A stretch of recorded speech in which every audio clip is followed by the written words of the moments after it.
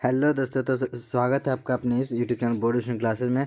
और आज दोस्तों रामबन सीरीज़ का दोस्तों सेकंड डे है, जिसमें दोस्तों सेकंड डे में हम लोग दूसरा दिन में दोस्तों जानेंगे महत्वपूर्ण से महत्वपूर्ण ऑब्जेक्टिव वाले दोस्तों करने वाले हैं।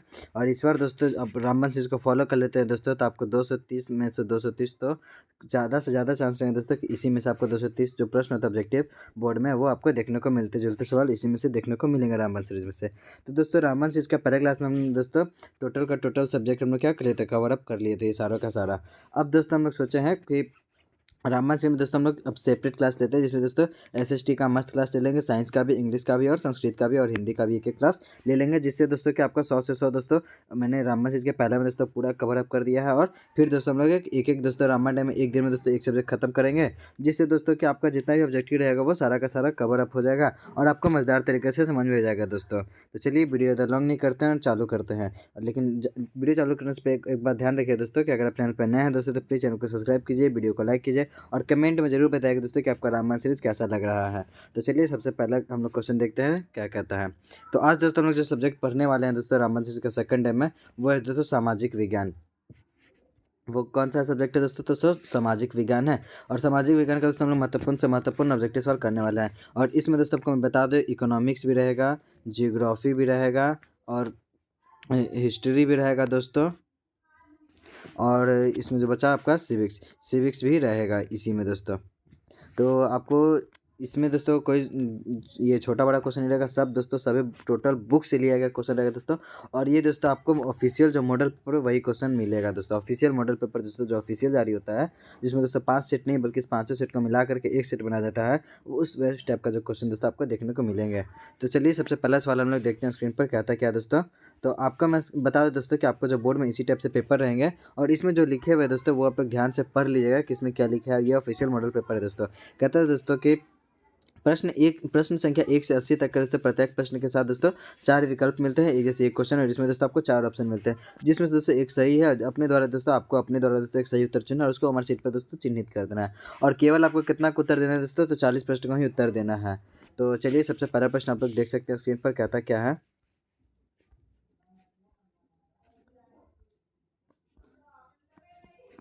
तो सबसे पहला प्रश्न आप लोग देख सकते हैं दोस्तों, कहता क्या है कि द्वितीयक क्षेत्र की गतिविधियों में निम्नलिखित में से किसे शामिल करते हैं दोस्तों। द्वितीय क्षेत्र की गतिविधियों में दोस्तों सम्मिलित में से निम्नलिखित में से दोस्तों किसे शामिल किया गया है।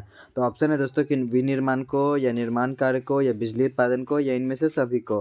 तो इसका जो सही करेक्ट हो जाएगा दोस्तों ऑप्शन नंबर डी, क्योंकि दोस्तों जो द्वितीय क्षेत्र दोस्तों उसके अंदर विनिर्माण भी आता है, निर्माण कार्य भी आता है और बिजली उत्पादन भी आता है। तो इसी प्रकार दोस्तों हम लोग चलते हैं क्वेश्चन नंबर 2 पे और आपको दिखा देते हैं कि इंग्लिश हिंदी दोनों क्वेश्चन रहेगा आपको देखने को मिलेंगे। तो क्वेश्चन नंबर 2 देख सकते हैं दोस्तों, कहता क्या है कि भारत में कार्यशील जनसंख्या का सबसे बड़ा हिस्सा किस क्षेत्र पर दोस्तों आजीविका के लिए निर्भर है। सबसे दोस्तों बड़ा आजीविका के लिए किस पर निर्भर है वो पूछे दोस्तों। ऑप्शन दोस्तों प्राथमिक क्षेत्र, ऑप्शन बी दोस्तों द्वितीय क्षेत्र, ऑप्शन सी है दोस्तों तृतीय क्षेत्र, या इनमें से कोई नहीं होगा दोस्तों, ऑप्शन डी में है इनमें से कोई नहीं। तो इसका जो करेक्ट आंसर हो जाएगा दोस्तों ऑप्शन नंबर ए हो जाएगा कि दोस्तों जो भारत में दोस्तों कार्यशील जनसंख्या का जो सबसे बड़ा हिस्सा है दोस्तों क्षेत्र का, वो कौन सा है दोस्तों, तो प्राथमिक क्षेत्र का ही हिस्सा है जो आजीविका के लिए क्या दोस्तों निर्भर करता है। इसी प्रकार से हम लोग चलते हैं क्वेश्चन नंबर 3 पे।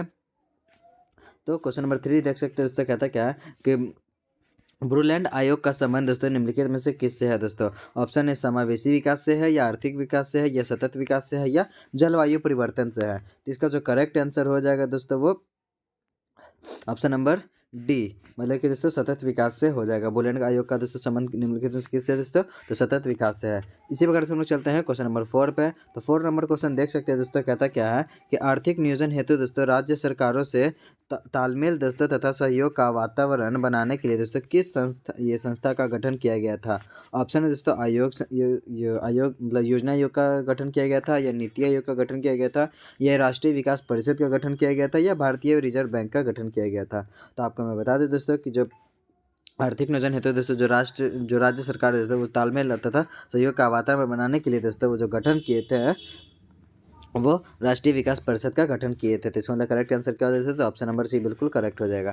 इसी प्रकार दोस्तों हम लोग चलते हैं क्वेश्चन नंबर 5 पे। तो 5 नंबर क्वेश्चन देख सकते हैं दोस्तों, कहता क्या है कि भारत के प्रथम राष्ट्रीय मानव विकास रिपोर्ट के अनुसार दोस्तों निम्नलिखित में से किसकी उपभोक्ता व्यय क्षमता वृद्धि होती है दोस्तों। तो ऑप्शन दोस्तों ग्रामीण जनता की, या नागरिक ये नागरीय जनता की, या किसान की, या इनमें से सभी की दोस्तों।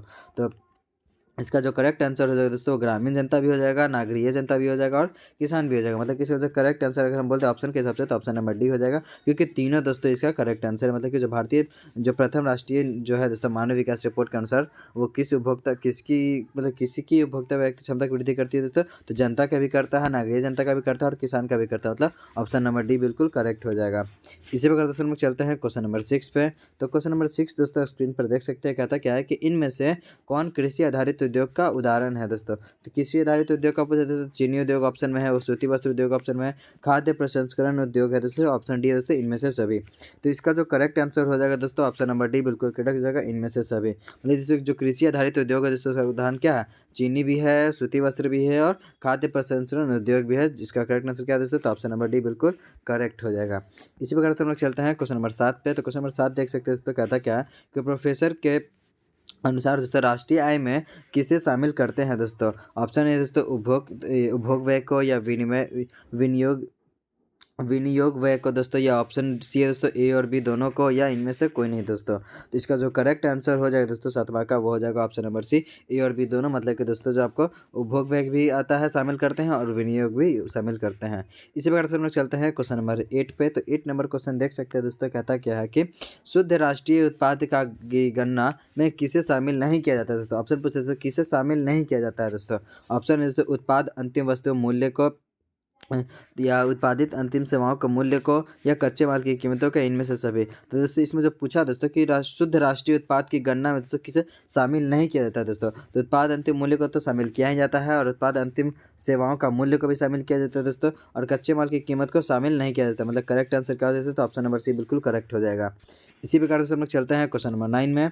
तो 9 नंबर क्वेश्चन कहता है दोस्तों, इनमें से कौन वाणिज्य बैंक नहीं है दोस्तों। वाणिज्य बैंक नहीं दोस्तों वो पूछ रहा है, भारतीय रिजर्व बैंक ऑप्शन में है, स्टेट बैंक ऑफ इंडिया, या पंजाब नेशनल बैंक, या सेंट्रल बैंक ऑफ इंडिया दोस्तों। तो इसका जो करेक्ट आंसर हो जाएगा दोस्तों ऑप्शन नंबर है, क्योंकि दोस्तों इसमें से पूछा वाणिज्य बैंक नहीं है। पंजाब नेशनल बैंक तो दोस्तों वाणिज्य बैंक है, स्टेट बैंक भी दोस्तों वाणिज्य बैंक है, और सेंट्रल बैंक ऑफ इंडिया दोस्तों वाणिज्य बैंक है, बट भारतीय रिजर्व बैंक दोस्तों वाणिज्य बैंक नहीं है। इसी प्रकार से हम लोग चलते हैं तो क्वेश्चन नंबर 10 पे। तो क्वेश्चन नंबर 10 देख सकते हैं दोस्तों, कहता क्या है कि सहकारिता के संचालन का दायित्व दोस्तों राज्य सरकारों को कब प्राप्त हुआ था। तो सहकारिता के दोस्तों जो दायित्व जो राज्य सरकार को प्राप्त हुआ था वो कब हुआ था दोस्तों, तो 1919 ईस्वी में प्राप्त हुआ था। तो इसी प्रकार से हम लोग चलते हैं क्वेश्चन नंबर 11 में दोस्तों। तो 11 नंबर सवाल देख सकते हैं, कहता क्या दोस्तों कि गरीबी के कुचक्र की धारणा किसने दी थी दोस्तों। गरीबी के कुचक्र की ये धारणा किसने दी थी दोस्तों, तो गरीबी के ये कुचक्र की धारणा अरे ये रैगनर नर्कस ने दी थी। तो इसका करेक्ट आंसर क्या है दोस्तों, तो ऑप्शन नंबर सी बिल्कुल करेक्ट हो जाएगा, कि गरीबी के कुचक्र का धारणा जो है दोस्तों किसने दिया था, तो ये रैगनर नकर्स ने दिया था। इसी प्रकार से हम लोग चलते हैं क्वेश्चन नंबर 12 पे। तो 12 नंबर सवाल देख सकते हैं दोस्तों, कहता क्या है कि इनमें से किससे संसाधन का पारिश्रमिक ब्याज है। मतलब संसाधन पारिश्रमिक ब्याज पूछा है दोस्तों, तो संसाधन श्रमिक क्या जो ब्याज है वो क्या हो जाए दोस्तों, तो ऑप्शन दोस्तों भूमि ये नहीं है दोस्तों, संसाधन श्रमिक ब्याज, श्रम ये भी नहीं है दोस्तों, उद्यमी ये भी नहीं है दोस्तों। तो इसका करेक्ट आंसर क्या है दोस्तों, पूंजी है दोस्तों, क्योंकि दोस्तों जो संसाधन श्रमिक ब्याज है दोस्तों वो कौन सा है, तो पूंजी है। इसी पर हम लोग चलते हैं क्वेश्चन नंबर 13 पे। तो क्वेश्चन नंबर 13 देख सकते हैं दोस्तों, कहता क्या कि केंद्रीय सहकारी बैंक किस स्तर पर दोस्तों कार्य करता है। केंद्रीय सहकारी बैंक किस स्तर पर कार्य करता है दोस्तों, ये पूछ रहा है। तो केंद्रीय जो सहकारी बैंक होता है दोस्तों वो जिला स्तर पर दोस्तों काम करता है। केंद्रीय सहकारी बैंक किस स्तर पर काम करता है दोस्तों, तो जिला स्तर पर काम करता है। मतलब ऑप्शन नंबर बी बिल्कुल करेक्ट हो जाएगा। तो इस वगैरह से हम लोग चलते हैं 14 नंबर सवाल पे। तो 14 नंबर सवाल देख सकते हैं दोस्तों, कहता क्या है कि भारतीय विश्व व्यापार संगठन सदस्य कब बना था दोस्तों। भारतीय विश्व व्यापार संगठन कब बना था दोस्तों, तो 1995 ईस्वी में बना था। क्या दोस्तों, तो भारतीय विश्व व्यापार संगठन कब बना था, तो 1995 ईस्वी में बना था। मतलब ऑप्शन नंबर सी बिल्कुल करेक्ट हो जाएगा। इसी प्रकार से हम लोग चलते हैं क्वेश्चन नंबर 15 में। तो 15 नंबर सवाल देखते हैं दोस्तों, कहता क्या है, राष्ट्रीय फोरम के आदेश में से असंतुष्ट उपभोक्ता कितने दिनों के अंदर उच्चतम न्यायालय में अपील कर सकता है दोस्तों। राष्ट्रीय फोरम के आदेश से दोस्तों असंतुष्ट जो उपभोक्ता होता है दोस्तों वो कितने दिन के दोस्तों उच्च न्यायालय में अपील कर सकते हैं दोस्तों, तो कितने दिनों में, तो लगभग 30 दिनों में दोस्तों, लगभग क्या दोस्तों एक्यूरेट 30 दिन में दोस्तों अंदर उनका उच्चतम न्यायालय में अपील कर सकते हैं दोस्तों, कर सकता है, ये कर सकते हैं। इसी प्रकार से हम लोग चलते हैं 16 नंबर सवाल पे। तो 16 नंबर सवाल देख सकते हैं, कहता है क्या कि दोस्तों मेजनी का संबंध किस दल से था। मेजनी का संबंध दोस्तों किस दल से था, तो मेजनी दोस्तों दल दोस्तों पूछा वो किससे था दोस्तों, कार्बोनेरी से भी था दोस्तों। यंग इटली से दोस्तों, और यंग यूरोप से भी था दोस्तों। तो मतलब ऑप्शन नंबर डी बिल्कुल करेक्ट हो जाएगा, क्योंकि दोस्तों पूछा मेजनी का संबंध किस दल से दोस्तों, तो ऑप्शन नंबर डी, क्योंकि तीनों से संबंध था। यंग इटली से भी था, और कार्बोनेरी संस्था भी था, और यंग यूरोप से भी था। इसी प्रकार से हम लोग चलते हैं 70 नंबर सवाल पे। तो 70 नंबर सवाल देखते हैं दोस्तों, कहता है क्या कि कार्ल मार्क्स आदेश की जो कालवा जो नहीं कालवाद कालस्वाद दोस्तों आदेश किसने जारी किया। कालस्वाद दोस्तों आदेश किसने जारी किया था, वही पता दोस्तों कालस्वाद का जो आदेश था वो किसने जारी किया था। तो कालस्वाद का जो आदेश था दोस्तों वो मेटरनिक ने जारी किया था। मतलब ऑप्शन नंबर डी बिल्कुल करेक्ट हो जाएगा। तो इसी प्रकार दोस्तों हम लोग चलते हैं क्वेश्चन नंबर 18 पे। तो 18 नंबर सवाल देख सकते हैं दोस्तों, कहता है क्या कि साम्यवाद शासन पहली बार दोस्तों कहाँ अपनाया गया था। तो साम्यवाद शासन पहली बार दोस्तों कहाँ अपनाया गया था, तो सबसे पहले दोस्तों रूस में अपनाया गया था। साम्यवाद शासन पहली बार कहाँ अपनाया गया था दोस्तों, तो रूस में। मतलब इसका ऑप्शन नंबर ए बिल्कुल करेक्ट हो जाएगा। इसी प्रकार से हम लोग चलते हैं क्वेश्चन नंबर 19 पे। तो क्वेश्चन 19 कहता है दोस्तों कि रूस की मार्च क्रांति के बाद दोस्तों वहाँ कर किसके नेतृत्व में सरकार बनी थी दोस्तों। रूस के मार्च क्रांति के बाद दोस्तों किसके नेतृत्व में दोस्तों सरकार बनी थी। तो आपको बता दें दोस्तों कि केरेनस्की के दोस्तों नेतृत्व में सरकार बनी थी कहाँ, तो रूस के मार्च की क्रांति के बाद। इसी प्रकार से हम लोग चलते हैं क्वेश्चन नंबर 20 पे। तो क्वेश्चन नंबर 20 देख सकते हैं दोस्तों, कहता है क्या कि चेका कैसा संगठन था दोस्तों। चेका दोस्तों कैसा संगठन था वो पूछा दोस्तों। तो चेका कैसा संगठन था, तो एक गुप्त पुलिस संगठन था। मतलब इसका ऑप्शन नंबर ए बिल्कुल करेक्ट हो दोस्तों।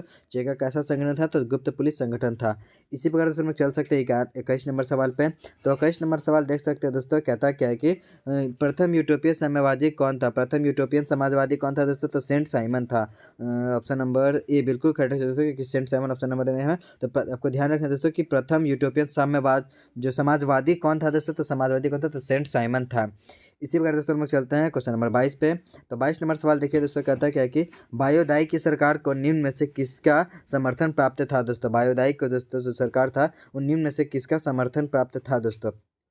तो फ्रांस का समर्थन बिल्कुल प्राप्त था। किसको, तो वायुदय की सरकार को फ्रांस का समर्थन बिल्कुल प्राप्त था, क्योंकि उसका सपोर्ट कौन करता था दोस्तों, तो फ्रांस करता था। इसी प्रकार से हम लोग चलते हैं क्वेश्चन नंबर 23 पे। तो क्वेश्चन नंबर 23 देख सकते हैं दोस्तों, कहता है क्या है कि जनेवा समझौता का क्रियान्वयन की देखभाल के लिए बने अंतर्राष्ट्रीय आयोग का सदस्य राष्ट्र निम्नलिखित में से कौन नहीं था दोस्तों। तो जनेवा समझौता के दोस्तों जो पूछ रहा है कि जनेवा समझौता के क्रियान्वयन देखभाल के लिए दोस्तों पूछा कि अंतर्राष्ट्रीय आयोग का सदस्य राष्ट्र में नहीं था, वो पूछा दोस्तों। तो कौन नहीं था दोस्तों, तो चीन था दोस्तों जो नहीं था। बाकी भारत तो उसके साथ ही था दोस्तों, कनाडा भी था, पोलैंड भी था, बट चीन दोस्तों नहीं था। मतलब कि इसका ऑप्शन नंबर ए बी बिल्कुल करेक्ट हो जाएगा, क्योंकि नहीं ही पूछ रहा है दोस्तों।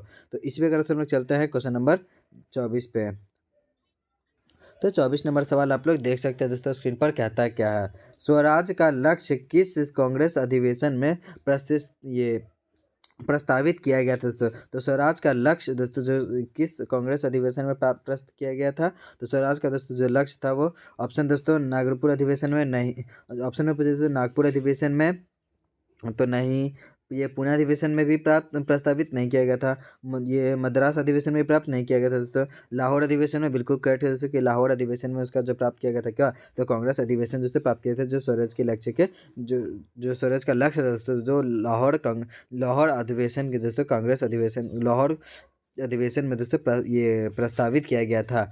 इसी प्रकार से हम लोग चलते हैं क्वेश्चन नंबर 25 पे। तो 25 नंबर सवाल देख सकते हैं दोस्तों, कहता क्या है कि तीन कठिया व्यवस्था समाप्त करने की सिफारिश किसने दी थी दोस्तों। तो तीन कठिया जो था दोस्तों जो व्यवस्था वो किसने दी थी दोस्तों सिफारिश, तो वो दोस्तों चंपारण के दोस्तों एग्रियन समिति ने दिया था। इसका ऑप्शन दोस्तों कि ये चंपारण जो है दोस्तों चंपारण एग्रियन समिति, वो बिल्कुल करेक्ट हो जाएगा। ऑप्शन बी दोस्तों क्या करा कि लैंड होल्डर सोसाइटी बिल्कुल गलत है। इंडियन एसोसिएशन बिल्कुल गलत है। ये मद्रास महाजन सभा बिल्कुल गलत है। मतलब ऑप्शन नंबर ए बिल्कुल करेक्ट हो जाएगा। तो इसी प्रकार दोस्तों हम लोग चलते हैं 26 नंबर सवाल पे। तो 26 नंबर सवाल कहता है दोस्तों कि जलियांवाला बाग हत्याकांड की जांच के लिए दोस्तों किस समिति को दोस्तों नियुक्त किया गया था। तो जलियांवाला बाग हत्याकांड की जांच करने के लिए दोस्तों वो ब्रिटिश पार्लियामेंट समिति का गठन किया गया था दोस्तों। ऑप्शन है दोस्तों खिलाफत समिति का नहीं, हंटर समिति का नहीं, ऑप्शन सी है दोस्तों कि ब्रिटिश पार्लियामेंट समिति बिल्कुल सही दोस्तों कि ऑप्शन नंबर सी क्या है दोस्तों, ब्रिटिश पार्लियामेंट समिति। तो जलियांवाला बाग हत्याकांड की दोस्तों जांच करने के लिए दोस्तों किस समिति का गठन किया गया था, तो ब्रिटिश पार्लियामेंट्री समिति का गठन किया नियुक्त किया गया था। इसी प्रकार से हम चलते हैं 27 नंबर सवाल पे।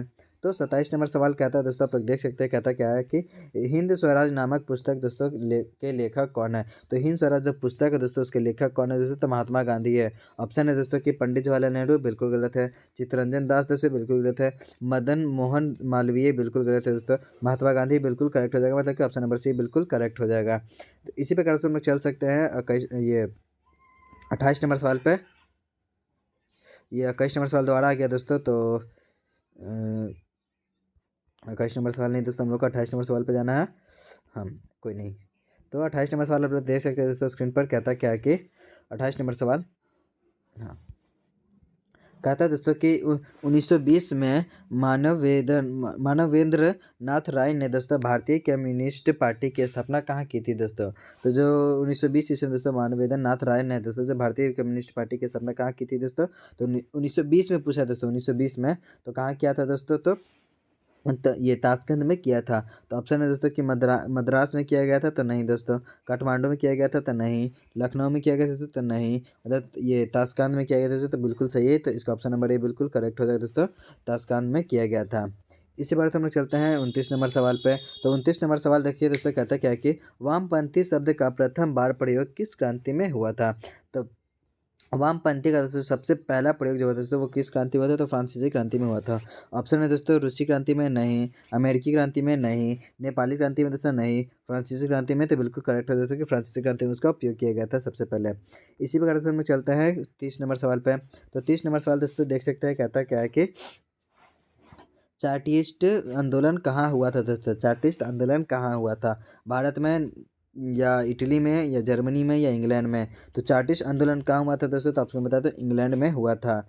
इसी प्रकार से मैं चलता हूँ 31 नंबर सवाल पे। तो 31 नंबर सवाल आप लोग देख सकते हैं दोस्तों, कहता क्या है कि पराजित तुर्की के साथ दोस्तों कौन सी संधि की गई थी। तो कौन सी संधि की गई थी दोस्तों पराजित तुर्की के साथ, अतः से ये सेवर्स की संधि की गई थी।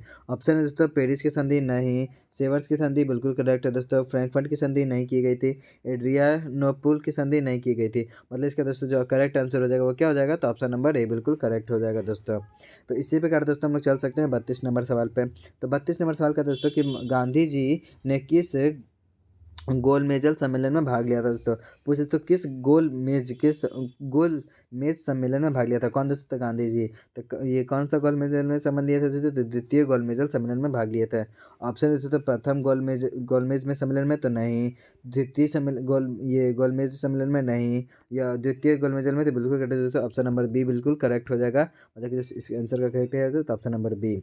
इसी पे करते समय चलते हैं 33 नंबर सवाल पे। तो 33 नंबर सवाल दोस्तों देखिए, कहता क्या है कि राष्ट्रीय श्रम आयोग का गठन कब हुआ था। राष्ट्रीय श्रम आयोग का गठन कब हुआ था दोस्तों, ये पूछ रहा है। तो राष्ट्रीय आयोग जो श्रम आयोग का दोस्तों जो गठन हुआ था 1962 ईस्वी में हुआ था। ऑप्शन दोस्तों 1948 में नहीं, 1957 में नहीं, 1968 में दोस्तों, तो बिल्कुल करेक्ट हो जाएगा। मतलब इसका करेक्ट आंसर क्या है दोस्तों, तो ऑप्शन नंबर सी बिल्कुल करेक्ट हो जाएगा। 1962 ईस्वी में दोस्तों राष्ट्रीय श्रम आयोग का गठन किया गया था। इसी प्रकार से हम लोग चलते हैं 34 नंबर सवाल पे। तो 34 नंबर सवाल आप लोग देख सकते हैं दोस्तों, कहता क्या है। तो कहता है दोस्तों कि अलेक्जेंड्रिया नामक दोस्तों व्यापारिक केंद्र की स्थापना किसने की थी दोस्तों। तो अलेक्जेंड्रिया नामक जो व्यापारिक केंद्र है दोस्तों उसका स्थापना कौन किया था, तो उसे क्या दोस्तों सिकंदर ने किया था। ऑप्शन दोस्तों सिकंदर, तो ऑप्शन नंबर यही दोस्तों इसका करेक्ट आंसर क्या हो जाएगा, तो ऑप्शन नंबर ए बिल्कुल करेक्ट हो जाएगा।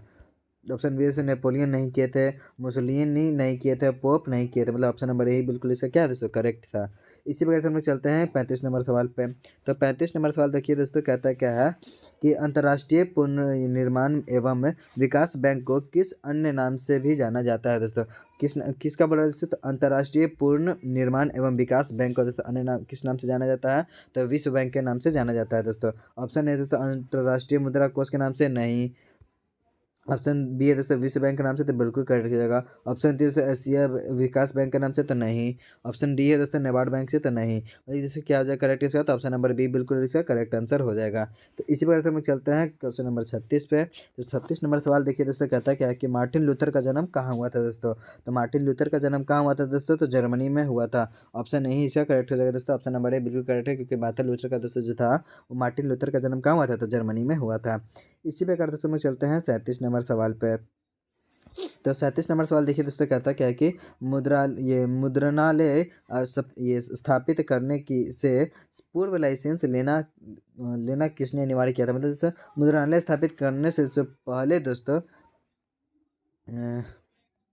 मुद्रणालय स्थापित करने से पूर्व मतलब पहले दोस्तों ये जो लाइसेंस लेना है दोस्तों वो ऐसा किसने जो दोस्तों अनिवार्य किया था। तो किसने किया था दोस्तों, तो लॉर्ड ये वेलीजली ने किया था। मतलब इसका ऑप्शन नंबर बी बिल्कुल करेक्ट हो जाएगा। ऑप्शन नंबर ए गलत है, क्योंकि लॉर्ड लिटन ने नहीं किया था, गवर्नर जनरल जॉन एडम्स ने भी नहीं किया था, लॉर्ड विलियम बेंटिंक्स ने भी नहीं किया था, लॉर्ड वेलेजली ने किया था। इसी प्रकार दोस्तों हम लोग चलते हैं 38 नंबर सवाल पे। तो 38 नंबर सवाल देख सकते हो दोस्तों, कहता क्या है कि मोतीलाल नेहरू ने किस समाचार पत्र का संपादन किया था दोस्तों। तो मोतीलाल नेहरू ने किस समाचार पत्र का संपादन किया था दोस्तों, तो इंडिपेंडेंस का ये किया था दोस्तों संपादन। ऑप्शन ए बिल्कुल करेक्ट है दोस्तों।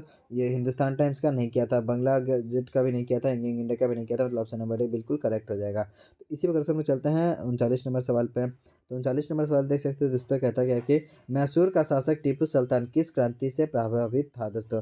तो मैसूर का जो शासक है दोस्तों उसका नाम क्या था, टीपू सुल्तान। और वो दोस्तों किस क्रांति से प्रभावित हुआ था, तो फ्रांसीसी क्रांति से प्रभावित हुआ था दोस्तों। ऑप्शन ए दोस्तों रूसी क्रांति बिल्कुल गलत है। ऑप्शन सी दोस्तों अमेरिकी क्रांति बिल्कुल गलत है। ऑप्शन बी दोस्तों फ्रांसीसी क्रांति बिल्कुल करेक्ट हो जाएगा। मतलब फ्रांसीसी क्रांति से उसको प्रभावित हुआ था दोस्तों। इसी प्रकार दोस्तों हम लोग 40 नंबर सवाल पर चल सकते हैं। देखते हैं दोस्तों कि 40 नंबर सवाल कहता है क्या है। तो देख सकते हैं दोस्तों 40 नंबर सवाल कहता है क्या है कि ये प्रोटेस्टेंट धर्म सुधार की शुरुआत का श्रेय किसे दिया जाता है दोस्तों। तो प्रोटेस्टेंट धर्म सुधार की शुरुआत का श्रेय दोस्तों किसे दिया जाता है, तो मार्टिन लूथर को ही दिया जाता है। मतलब ऑप्शन नंबर बी बिल्कुल करेक्ट हो जाएगा दोस्तों। ऑप्शन नंबर रूसो को नहीं, गुटेनबर्ग को भी नहीं, अरस्तु को भी नहीं दिया जाता है। इसी प्रकार से हम लोग चलते हैं 41 नंबर सवाल पे। तो 41 नंबर सवाल देख सकते हैं दोस्तों, कहता है क्या है कि अन्नामलई बाघ अभ्यारण्य कहाँ स्थित है दोस्तों। तो अन्नामलई बाघ अभ्यारण्य कहाँ स्थित है दोस्तों, तो आपको मैं बता दूं तमिलनाडु में स्थित है। अन्नामलई बाघ अभ्यारण्य कहाँ स्थित है, तमिलनाडु। मतलब ऑप्शन नंबर ए बिल्कुल करेक्ट हो जाए दोस्तों। इसी प्रकार से हम लोग चलते हैं क्वेश्चन नंबर 42 पे। तो 42 नंबर सवाल देख सकते हैं दोस्तों, कहता क्या है कि निम्नलिखित में से किसमें जीवाश्म होते हैं दोस्तों। तो जीवाश्म किस में पाए जाते हैं दोस्तों, ऑप्शन पढ़ना पड़ेगा दोस्तों। ग्रेफाइट में दोस्तों तो नहीं पाए जाते हैं, लोहा में नहीं पाए जाते हैं, कोयला में हाँ कोयला में जीवाश्म में पाए जाते हैं दोस्तों, अभ्रक में जीवाश्म नहीं पाए जाते। मतलब इसका करेक्ट आंसर क्या है दोस्तों, तो करेक्ट आंसर हो जाएगा इसका ऑप्शन नंबर सी बिल्कुल करेक्ट हो जाएगा। तो इसी प्रकार से हम लोग चलते हैं 43 नंबर सवाल पे। तो 43 नंबर सवाल कहता है क्या दोस्तों, देख सकते हैं। ये कहता है दोस्तों कि तांबा खनन से कौन सा स्थान संबंधित है दोस्तों। तो तांबा खनन का दोस्तों सबसे प्रमुख जो खनन है दोस्तों वो कौन सा दोस्तों, तो पूछ रहा है मयूरभंज मयूरगंज नहीं, कोलार नहीं। ऑप्शन सी मतलब कि दोस्तों खेतड़ी बिल्कुल करेक्ट है, कर्नूल नहीं दोस्तों। इसका ऑप्शन करेक्ट है क्या हो जाता है दोस्तों, ऑप्शन नंबर सी बिल्कुल करेक्ट हो जाएगा।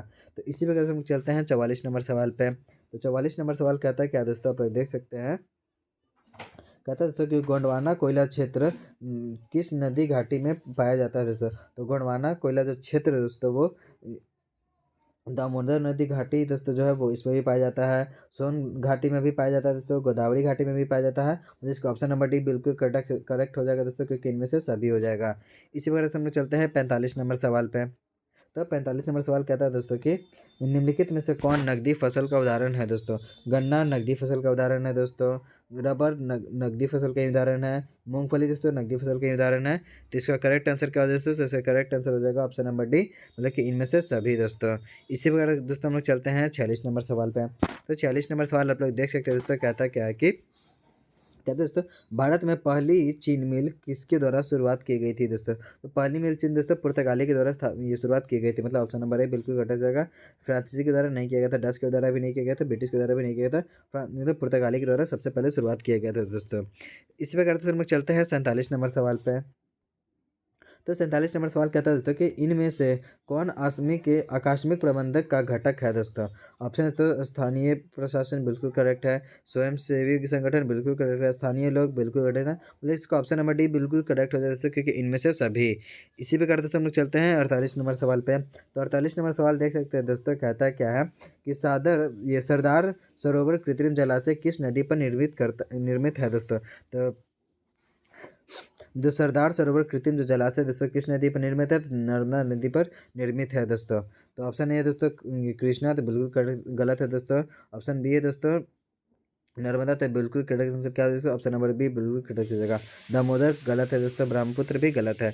इसी प्रकार से हम लोग चलते हैं 49 नंबर सवाल पे। तो 49 नंबर सवाल देख सकते हैं दोस्तों, कहता क्या है, निम्नलिखित में से कौन मानवजनित आपदा है दोस्तों। 49 नंबर सवाल कहते हैं निम्नलिखित में से कौन मानवजनित आपदा है। तो कहते हैं ये सांप्रदायिक दंगे मानवजनित आपदा है दोस्तों। बाढ़ मानवजनित आपदा नहीं दोस्तों, ये प्राकृतिक आपदा है। ये भूस्खलन दोस्तों प्राकृतिक आपदा है। सुनामी भी दोस्तों प्राकृतिक आपदा है दोस्तों। तो करेक्ट आंसर क्या है दोस्तों, तो ऑप्शन नंबर है बिल्कुल करेक्ट हो जाएगा। मानवजनित आपदा कौन सा है दोस्तों, सांप्रदायिक दंगे। इसी प्रकार से हम लोग 50 नंबर सवाल देख सकते हैं दोस्तों, कहता क्या है कि भूकंप संभावित क्षेत्रों में भवनों की आकृति कैसी होनी चाहिए दोस्तों। तो भूकंप जिस क्षेत्र में जो भूकंप आने की संभावना ज़्यादा होते हैं, उसका दोस्तों जो आकृति वह कैसा होना चाहिए दोस्तों, तो उसका आकृति अंडाकार होना चाहिए। मतलब कुछ इस टाइप से बोल सकते हैं, नहीं मतलब इस टाइप से भी नहीं बोल सकते हैं, कुछ इस टाइप से दोस्तों हम लोग बोल सकते हैं, एक अंडे के आकार का दोस्तों होना चाहिए उसका। तो इसका करेक्ट आंसर क्या है दोस्तों, ऑप्शन नंबर ए बिल्कुल करेक्ट हो जाएगा। आयताकार दोस्तों नहीं होना चाहिए, वृत्ताकार भी नहीं होना चाहिए, त्रिभुजाकार भी नहीं, बल्कि अंडाकार होना चाहिए दोस्तों। इसी प्रकार से हम लोग 51 नंबर सवाल देख सकते हैं दोस्तों, कहता क्या है कि गांडला विशेष आर्थिक क्षेत्र कहाँ स्थित है दोस्तों। गांडला विशेष आर्थिक क्षेत्र पूछा दोस्तों कहाँ स्थित है, तो कहाँ स्थित है दोस्तों, तो गुजरात में स्थित है। मतलब ऑप्शन नंबर ए बिल्कुल करेक्ट हो जाएगा दोस्तों। पश्चिम बंगाल में भी नहीं स्थित है, तमिलनाडु में भी नहीं स्थित है, महाराष्ट्र में भी नहीं स्थित है, बल्कि गुजरात में स्थित है। इसी प्रकार से हम लोग चलते हैं 52 नंबर सवाल पे। तो 52 नंबर सवाल दोस्तों कहता क्या, तो 52 नंबर सवाल कहता है दोस्तों कि भारतीय डाक विभाग की स्थापना कब हुई थी दोस्तों। भारतीय डाक विभाग है दोस्तों, उसकी स्थापना कब हुई थी दोस्तों, तो 1854 ईस्वी में हुई थी। ऑप्शन दोस्तों 1837 में नहीं हुई थी, 1865 में भी नहीं थी, 1854 में हुई थी। मतलब इसका ऑप्शन नंबर बी बिल्कुल करेक्ट हो जाएगा। इसी प्रकार दोस्तों हम लोग 53 नंबर सवाल देख सकते हैं, कहता है क्या है कि भारत में ग्रैंड ट्रंक रोड की कुल कितनी लंबाई है दोस्तों। भारत में दोस्तों क्या पूछ रहा है दोस्तों, तो ग्रैंड ट्रक रोड की कुल कितनी लंबाई है दोस्तों। तो आपको मैं बता दूं दोस्तों कि कुल जो भारत में जो है दोस्तों, जो भारत में जो ग्रैंड ट्रंक रोड है उसकी कुल लंबाई दोस्तों 2320 किलोमीटर है दोस्तों। तो 2320 किलोमीटर ऑप्शन नंबर है दोस्तों। 2040 किलोमीटर नहीं है। ऑप्शन बी दोस्तों 2200 नहीं। ऑप्शन डी दोस्तों 2500 नहीं। 2220 किलोमीटर बिल्कुल करेक्ट है। देखो भारत ट्रेंड जो भारत दोस्तों है, वो ग्रैंड ट्रंक जो रोड है उसका कुल कितनी लंबाई है दोस्तों, तो 2320 किलोमीटर बिल्कुल करेक्ट हो जाएगा इसका। तो इसी प्रकार से हम लोग चलते हैं 54 नंबर सवाल पे। तो 54 नंबर सवाल देख सकते हैं दोस्तों, कहता है क्या है कि भारत में बिजली उत्पादन में निम्नलिखित में किसका हिस्सेदारी सर्वाधिक है दोस्तों। ऑप्शन है दोस्तों परमाणु विद्युत गलत है। ऑप्शन बी दोस्तों जलीय विद्युत गलत हो जाएगा। ऑप्शन सी दोस्तों वायु विद्युत गलत है। तापीय विद्युत बिल्कुल करेक्ट है दोस्तों, क्योंकि भारत में दोस्तों बिजली उत्पादन का दोस्तों निम्नलिखित में सबसे सबसे ज़्यादा हिस्सेदारी किसका है दोस्तों, तो तापीय विद्युत का है दोस्तों। क्योंकि दोस्तों सबसे ज़्यादा जो बिजली उत्पादन किया जाता है वो तापीय विद्युत के द्वारा ही किया जाता है। तो इसी वजह से हम लोग चल सकते हैं 55 नंबर सवाल पे। तो 55 नंबर सवाल का दोस्तों पुराने जलोढ़ को किस नाम से जाना जाता है दोस्तों। तो पुराने जलोढ़ को किस नाम से जाना जाता है दोस्तों, तो बांगर के नाम से भी जाना जाता है। ऑप्शन ए है दोस्तों खादर नहीं। ऑप्शन बी है दोस्तों रेगुर। ऑप्शन डी है दोस्तों लिटराइट नहीं, बल्कि बांगर है दोस्तों, जो बिल्कुल करेक्ट है। मतलब ऑप्शन नंबर बी बिल्कुल करेक्ट है। इसी प्रकार से हम लोग चलते हैं 56 नंबर सवाल पे। तो 56 नंबर सवाल कहता है दोस्तों कि भारत में तांबा गलाने का पहला कारखाना कहाँ स्थापित हुआ दोस्तों। तो भारत में दोस्तों आपको मैं बता दूं कि भारत में जो तांबा गलाने का सबसे पहला कारखाना दोस्तों वो घाटशिल में स्थापित किया गया था। तो ऑप्शन नंबर बी बिल्कुल करेक्ट होगा। खेतड़ी में भी गलत है, तूतकोरिन में भी गलत है, झड़िया में भी गलत है। तो ऑप्शन नंबर बी बिल्कुल करेक्ट हो जाएगा। इसी प्रकार से हम लोग चल सकते हैं 57 नंबर सवाल पे। तो 57 नंबर सवाल देखिए दोस्तों, कहता क्या है कि काजू की खेती के लिए कौन सी मृदा उपयुक्त है दोस्तों। तो काजू की खेती के लिए दोस्तों कौन सी मृदा उपयुक्त है, तो काजू की खेती के लिए दोस्तों लेटराइट मृदा अधिक उपयुक्त है। ऑप्शन है दोस्तों जलोढ़ मृदा नहीं, रेगुर भी नहीं, पर्वतीय मृदा भी नहीं। मतलब ऑप्शन बी जो बिल्कुल करेक्ट हो जाएगा, क्योंकि दोस्तों काजू की खेती के लिए लेटराइट मृदा दोस्तों बहुत ज़्यादा ही जरूरी है। तो इसी वजह से हम लोग चल सकते हैं 58 नंबर सवाल पे। तो 58 नंबर सवाल कहता है क्या है दोस्तों, देख सकते हैं कि प्रसिद्ध सिंदरी उर्वरक संयंत्र कहाँ स्थित है दोस्तों। तो जो प्रसिद्ध है वो सिंदरी उर्वरक संयंत्र वो कहाँ है दोस्तों, तो झारखंड में है। ऑप्शन में से बिहार में तो नहीं, मध्य प्रदेश में भी नहीं, उत्तर प्रदेश में भी नहीं, झारखंड में बिल्कुल करेक्ट हो जाएगा दोस्तों। ऑप्शन नंबर सी बिल्कुल करेक्ट है। तो इसी पर दोस्तों हम लोग चल सकते हैं 69 नंबर सवाल पे। तो 59 नंबर सवाल देखिए दोस्तों, कहता क्या है कि भद्रावती इस्पात कारखाना में लौह अयस्क कहाँ से प्राप्त होता है दोस्तों? तो भद्रावती जो इस्पात कारखाना है तो उसको कहाँ से प्राप्त होता है लौह अयस्क दोस्तों? तो बाबा जो दोस्तों बदून, ये बाबा बुदून की पहाड़ियों से दोस्तों। तो ऑप्शन दोस्तों ये बेलाडिया में नहीं, किरूबुरु में नहीं, ऑप्शन डी सी है दोस्तों ये बाबा बुदून पहाड़ियों में बिल्कुल करेक्ट है, बादाम पहाड़ी में भी नहीं है दोस्तों। चलिए ऑप्शन नंबर सी बिल्कुल करेक्ट हो जाएगा। इसी प्रकार से हम लोग चल सकते हैं 60 नंबर सवाल पे। तो 60 नंबर सवाल आप लोग स्क्रीन पर देख सकते हैं दोस्तों, कहता क्या है कि इनमें से कौन भूरक्षण का कारण है दोस्तों? भू भू भूक्षरण का दोस्तों, भूक्षरण का कारण पूछा दोस्तों, ये भूक्षरण का क्या कारण है दोस्तों? ऑप्शन है दोस्तों तापीय वर्षा भी भूक्षरण का कारण हो सकता है दोस्तों, वन की कटाई भी दोस्तों भूक्षरण का ही कारण है, खनन गतिविधियां मतलब कि ऑप्शन नंबर डी बिल्कुल कटे मतलब इनमें से सभी, क्योंकि दोस्तों तापीय वर्षा मतलब जो होता है दोस्तों उससे जमीन क्या होता है दोस्तों, जमीन को उससे भी बहुत ये क्षरण होता है दोस्तों, बहुत इस भूमि को बहुत नुकसान पहुंचता है। वनों की कटाई से भी दोस्तों भूमि को उपजाऊ नहीं हो पाते हैं दोस्तों, वनों की कटाई करते हैं उस पर जब घर बन जाता है तो और भी बेकार होता है। खनन की गतिविधियां दोस्तों आप लोग जानते हैं ये तो बहुत ही बेकार ही है, जिसका ऑप्शन नंबर डी बिल्कुल कैटेगरी के कारण ही पूछा था दोस्तों। तो इसी प्रकार तो हम लोग चल सकते हैं 61 नंबर सवाल पे। तो 61 नंबर सवाल दोस्तों कहता क्या है कि ये मोनाजाइट किस राज्य में प्रचुरता में पाया जाता है दोस्तों? तो मोनाजाइट दोस्तों सबसे ज़्यादा किस राज्य में पाया जाता है दोस्तों? तो भारत के दोस्तों केरल में पाया जाता है। ऑप्शन है दोस्तों तमिलनाडु में नहीं, बिहार में नहीं, केरल में तो बिल्कुल करेक्ट हो जाएगा, छत्तीसगढ़ में तो नहीं पाया जाता है दोस्तों। मतलब कि ऑप्शन नंबर बी बिल्कुल करेक्ट हो जाएगा दोस्तों, केरल में पाया जाता है। तो इसी प्रकार से हम लोग चल सकते हैं 62 नंबर सवाल पे। तो 62 नंबर सवाल कहता है क्या दोस्तों कि भारत में सर्वाधिक विस्तृत भू आकृति कौन है दोस्तों? तो सबसे ज़्यादा जो है दोस्तों सर्वाधिक विस्तृत जो भू आकृति है दोस्तों वो कहाँ है? तो मैदानी क्षेत्र में है दोस्तों। तो ऑप्शन ए है दोस्तों पर्वत में नहीं, ऑप्शन बी है दोस्तों पठार में तो नहीं, ऑप्शन डी है दोस्तों पहाड़ियों में नहीं, ऑप्शन सी है दोस्तों मैदान में। तो बिल्कुल करेक्ट हो जाएगा दोस्तों क्या? तो मैदान में दोस्तों इसका बिल्कुल करेक्ट है, क्योंकि सबसे ज़्यादा विस्तृत भू आकृति क्या है दोस्तों? तो मैदानी क्षेत्र में सबसे ज़्यादा भू आकृति उपस्थित है। इसी प्रकार दोस्तों हम लोग चल सकते हैं 63 नंबर सवाल पे।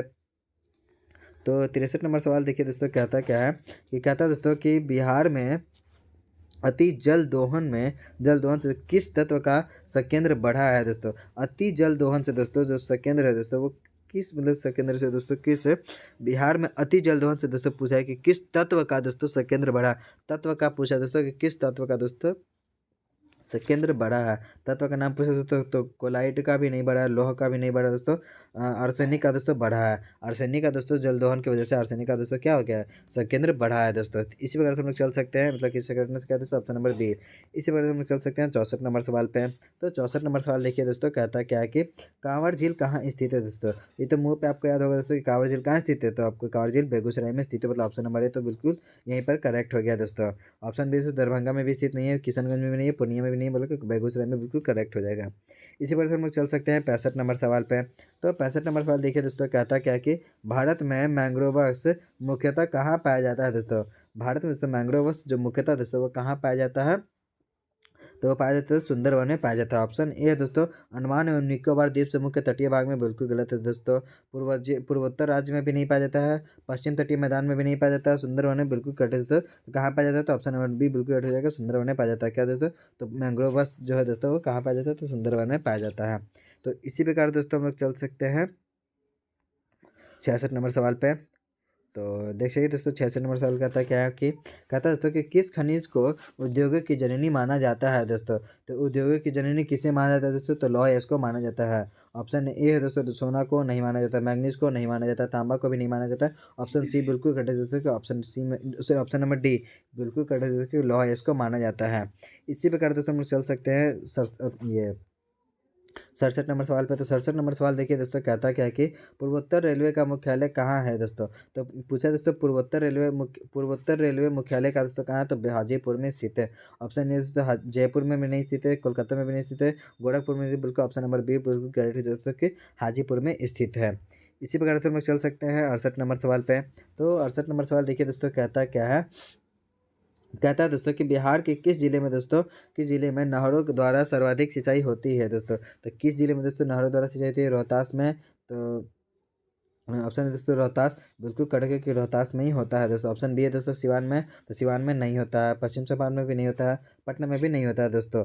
बस पूछा तो किस जिले में नहरों का सर्वाधिक पूछा है दोस्तों, सर्वाधिक पूछा है। ऐसे होता तो सब में दोस्तों ये सिंचाई बट नहरों द्वारा, बट सबसे ज़्यादा कहाँ होता है दोस्तों? तो रोहतास में होता है। इसी प्रकार से हम लोग चल सकते हैं 69 नंबर सवाल पे। तो 69 नंबर सवाल देखिए दोस्तों, कहता है क्या कि पंचायत समिति का कार्यालय क्या होता है दोस्तों। पंचायत समिति का कार्यकाल दोस्तों क्या होता है, कार्यकाल पूछा दोस्तों, क्या होता है कार्यकाल दोस्तों पूछा किसका दोस्तों। तो पंचायत समिति का कार्यकाल कितना होता है दोस्तों, तो आपको बता दो 5 वर्ष का होता है। ऑप्शन ए है दोस्तों 2 वर्ष का, नहीं 3 वर्ष का भी नहीं, 7 वर्ष का भी नहीं। ऑप्शन सी है दोस्तों बिल्कुल करेक्ट जगह कि पंचायत समिति का कार्यकाल कितना होता है दोस्तों, तो आपको बता दो 5 वर्ष का होता है। मतलब कि ऑप्शन नंबर सी बिल्कुल करेक्ट हो जाएगा। तो इसी प्रकार से हम लोग चल सकते हैं 70 नंबर सवाल पे। तो 70 नंबर सवाल आप लोग देख सकते हैं दोस्तों, कहता क्या है कि नगर निकायों का संबंध दोस्तों किस संवैधानिक संशोधन से है दोस्तों। तो नगर निकायों का दोस्तों जो है संबंध किस संशोधन से है दोस्तों, तो उसका है दोस्तों 73वें से। ऑप्शन ए है दोस्तों 70वें से, नहीं। ऑप्शन बी है दोस्तों 72वें से, नहीं। ऑप्शन सी है दोस्तों 73वें से बिल्कुल करेक्ट हो जाएगा। ऑप्शन डी है दोस्तों 74 से भी नहीं होगा। मतलब कि इसका करेक्ट आंसर क्या है दोस्तों, तो ऑप्शन नंबर सी बिल्कुल करेक्ट हो जाएगा। तो इसी प्रकार दोस्तों हम लोग चलते हैं 71 नंबर सवाल पे। तो 71 नंबर सवाल आप लोग देख सकते हैं दोस्तों, कहता क्या है। तो कहता है दोस्तों कि समावर्ती सूची पर किसे कानून बनाने का अधिकार है दोस्तों। तो समावर्ती सूची पर दोस्तों किसे कानून बनाने का अधिकार है दोस्तों, तो राज्य सरकार को भी दोस्तों अधिकार है और केंद्र सरकार को भी स्थानीय सरकार को नहीं, ये सरकार को अधिकार है दोस्तों। मतलब ऑप्शन नंबर सी बिल्कुल करेक्ट हो जाएगा दोस्तों, क्योंकि ये राज्य सरकार और केंद्र सरकार को ही सिर्फ अधिकार है दोस्तों समावर्ती सूची बनाने का। तो इसी प्रकार से हम लोग चल सकते हैं 72 नंबर सवाल पे। तो 72 नंबर सवाल देख सकते हैं दोस्तों, कहता क्या है। तो कहता है दोस्तों कि ग्राम पंचायत में निम्नलिखित में से किसके लिए स्थान आरक्षित है दोस्तों। तो किसके लिए दोस्तों स्थान है दोस्तों वो आरक्षित है, अनुसूचित जाति एवं जनजाति, नहीं। सॉरी पूछा दोस्तों कि ग्राम पंचायत में निम्नलिखित में से किसके लिए स्थान आरक्षित है, दोस्तों मतलब कि फिक्स है दोस्तों, थोड़ा बहुत जो भी सीट फिक्स है वो किसके लिए है। अनुसूचित जाति एवं जनजाति जैसे मतलब पिछड़े वर्ग जैसे सबसे नीचे कास्ट करते हैं उनको बोला जाता है, ये भी बिल्कुल करेक्ट है दोस्तों। पिछड़ा वर्ग ये भी बिल्कुल करेक्ट है दोस्तों। महिला के लिए तो दोस्तों आपको पता है कि हमेशा आरक्षित है दोस्तों।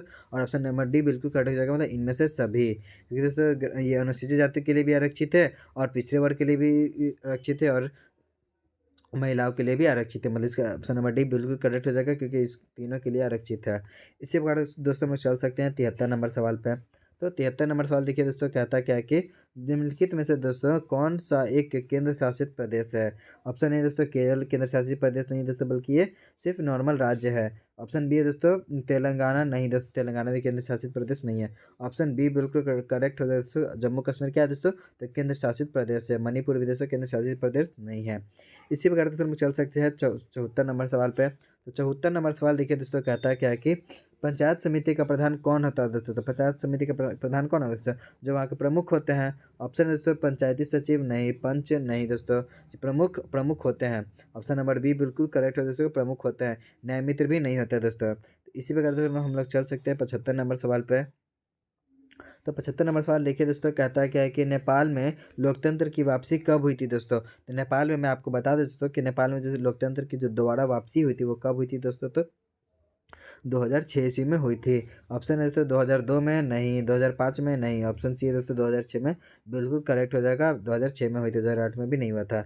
इसी प्रकार दोस्तों हम लोग चल सकते हैं ये 76 नंबर सवाल पे। तो 76 नंबर सवाल देखिए दोस्तों, कहता क्या है।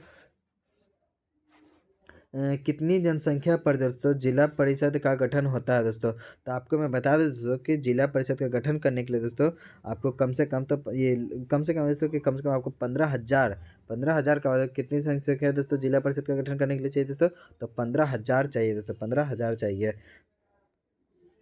सॉरी सॉरी, ये पूछा है दोस्तों जिला परिषद के लिए ना पूछा है दोस्तों। तो जिला परिषद के लिए आपको 50,000 चाहिए दोस्तों। जिला परिषद के लिए गठन करने के लिए आपको कितना चाहिए दोस्तों, जनसंख्या, तो कम से कम 50,000 चाहिए। मतलब ऑप्शन ए दोस्तों 5,000 नहीं हो जाएगा, 10,000 भी नहीं होगा, 15,000 भी नहीं होगा। ऑप्शन डी नंबर बिल्कुल करेक्ट हो जाएगा। कितना होगा दोस्तों, तो 50,000 चाहिए। इसी प्रकार दोस्तों हम लोग चल सकते हैं 77 नंबर सवाल पे। तो 77 नंबर सवाल कहता है दोस्तों कि नगर निगम का कार्यपालक पदाधिकार कौन सा है दोस्तों, पदाधिकारी दोस्तों कौन होता है। नगर निगम का दोस्तों ये कार्यालय पदाधिकारी कौन होता है दोस्तों, वो पूछ रहा है। तो नगर निगम का दोस्तों पदाधिकारी कौन होता है, नगर आयुक्त होता है। ऑप्शन है दोस्तों ये पंचायत सचिव नहीं होता है, प्रखंड विकास पदाधिकारी दोस्तों नहीं होता है, महापौर भी नहीं होता दोस्तों। मतलब ऑप्शन नंबर सी बिल्कुल कट हो जाएगा, नगर आयुक्त होता है दोस्तों। तो इसी प्रकार दोस्तों हम लोग चल सकते हैं 78 नंबर सवाल पे।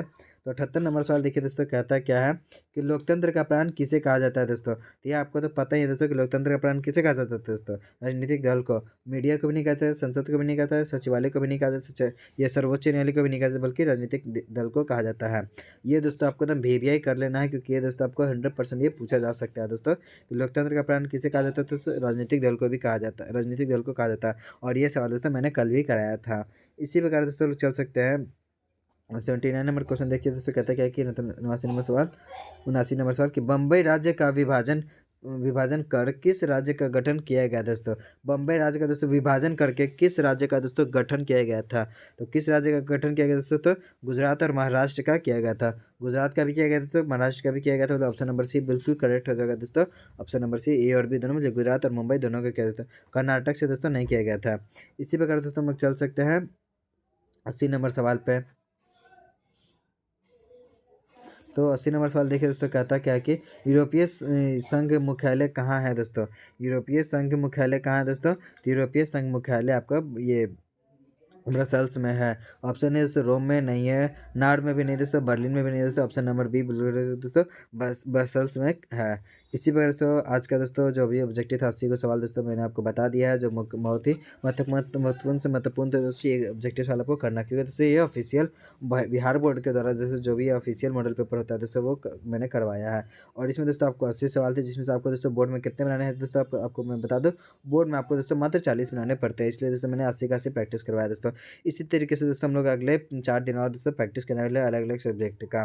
तो आज के लिए इतना ही रखते हैं दोस्तों। और इसका पीडीएफ दोस्तों आपको बिल्कुल फ्री ऑफ कॉस्ट दोस्तों आपको मिल जाएगा हमारे चैनल पर दोस्तों। तो आपका जाइए दोस्तों हमारे चैनल पर दोस्तों, ये टेलीग्राम का चैनल का लिंक मिल जाएगा, आपको जुड़ सकते हैं दोस्तों। वहाँ पर आपको कोई चार्ज भी नहीं देना पड़ेगा दोस्तों, आपको बिल्कुल फ्री में आपको वहाँ पर जुड़ जाना है दोस्तों। और आपको वहाँ पर बिल्कुल फ्री में नोट्स मिल जाता है, आप लोग जाइए वहाँ से लेकर के प्रैक्टिस कर सकते हैं दोस्तों। और इसके आंसर की मैंने इस पीडीएफ में तो नहीं लगाया दोस्तों, बट आपको मैं दोस्तों प्रोवाइड कर दूंगा टेलीग्राम ही चैनल पर दोस्तों को मिल जाएगा। तो यही दोस्तों फटाफट आप टेलीग्राम चैनल ज्वाइन कर लीजिए, आपको पीडीएफ बिल्कुल फ्री ऑफ कॉस्ट में मिल जाएगा।